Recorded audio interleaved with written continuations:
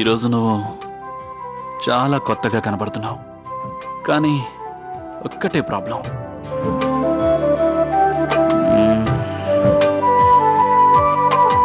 నువ్వు ఎందుకు ఇలా కవర్ చేసుకున్నావు? ఒక్క నిమిషం.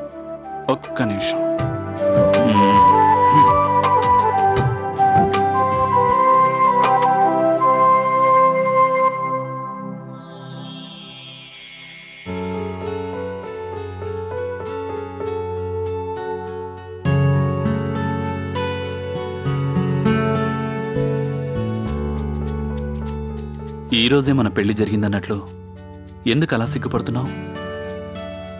బహుశా నువ్వు మర్చిపోయినట్టున్నావు. నేను మళ్ళీ గుర్తు చేస్తాను. మన పెళ్లి జరిగి సంవత్సరం అవుతోంది. ఇప్పుడు మనం సెకండ్ హనీమూన్లో ఉన్నాం. కాబట్టి ఇలా సిగ్గుపట్టం మానేసి డిస్కోతెక్ వెళ్దాం పద. డిస్కోతెక్? ఈ డ్రెస్ లోనా? No Yashwant, please. ఈ డ్రెస్ నువ్వు చెప్పావని వేసుకున్నాను. ఈ డ్రెస్ వేసుకుని నేను అందరి ముందుకి రాలేను. అవునా? అయితే ఓకే, నువ్వు ఇక్కడే ఉండు. ఇలాగే హోటల్ రూమ్ లో రెస్ట్ తీసుకో. డిస్కోతెక్కి చీర కట్టుకున్న వాళ్ళని రానివ్వరు. కాబట్టి నేను ఎవరైనా jeans t-shirt no micro mini వేసుకున్న వాళ్ళని నా పార్ట్నర్ గా చేసుకుని డిస్కోతెక్కి వెళ్తాను. అలాగా? వెళ్ళి మైక్రో మినీ వేసుకున్న అమ్మాయి కోసం వెతుక్కో. కానీ వెతికినా ఏం లాభం ఉండదు. ఎందుకంటే నీకు ఇంకో పార్ట్నర్ దొరికినా కూడా నువ్వు నన్ను మిస్ అవ్వలేవు. ఎందుకంటే నువ్వు నా పేరును రాసుకున్నావుగా ఇక్కడ, అర్పిత అని.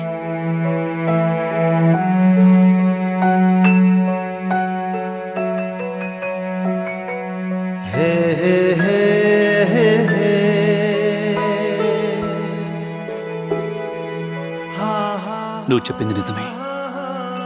నీ స్థానంలోకి ఇంకెవ్వరూ రాలేరు.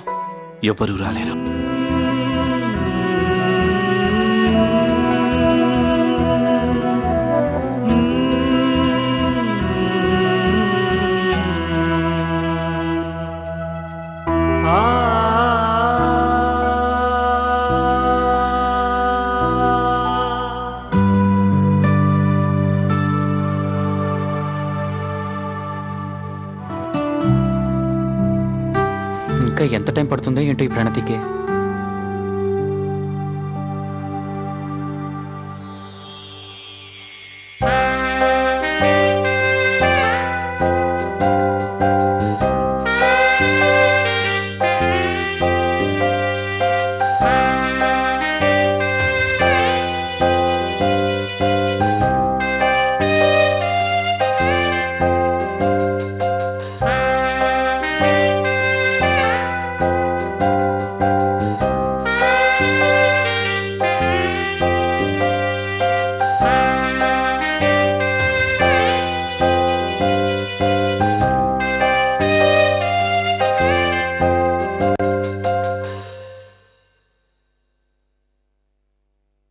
ఎలా ఉన్నాను నేను?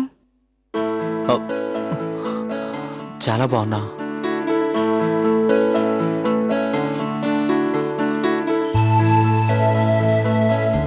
ఏమైంది? మీ యశ్వంత్ అనే మాటలు విని సైలెంట్ అయిపోయినట్టున్నా? అదేమీ లేదు. యశ్వంత్ అనే కోపడ్డమే కాదు, ఆనందంతో కౌగిలించుకున్నాడు కూడా. నా గొంతు సైలెంట్ అయ్యేలా మిస్సెస్ ప్రణతి ప్రదీప్ సింధియా చేసింది. I'm speechless. నువ్వు ఈ డ్రెస్ వేసుకున్నావేంటి? ఇందాక ఆ డ్రెస్ బాగానే ఉందిగా. ఆ డ్రెస్ చాలా హెవీగా ఉంది, చాలా అన్కంఫర్టబుల్గా ఫీల్ అయ్యాను, అందుకే చేంజ్ చేసేసుకున్నాను. ఓకే, కానీ ఓసారి ఆలోచించు. మన మ్యారేజ్ లైఫ్ స్టార్టింగ్ని ఇలా కాకుండా కాస్త ట్రెడిషనల్గా మొదలు పెడితే బాగుంటుందిగా.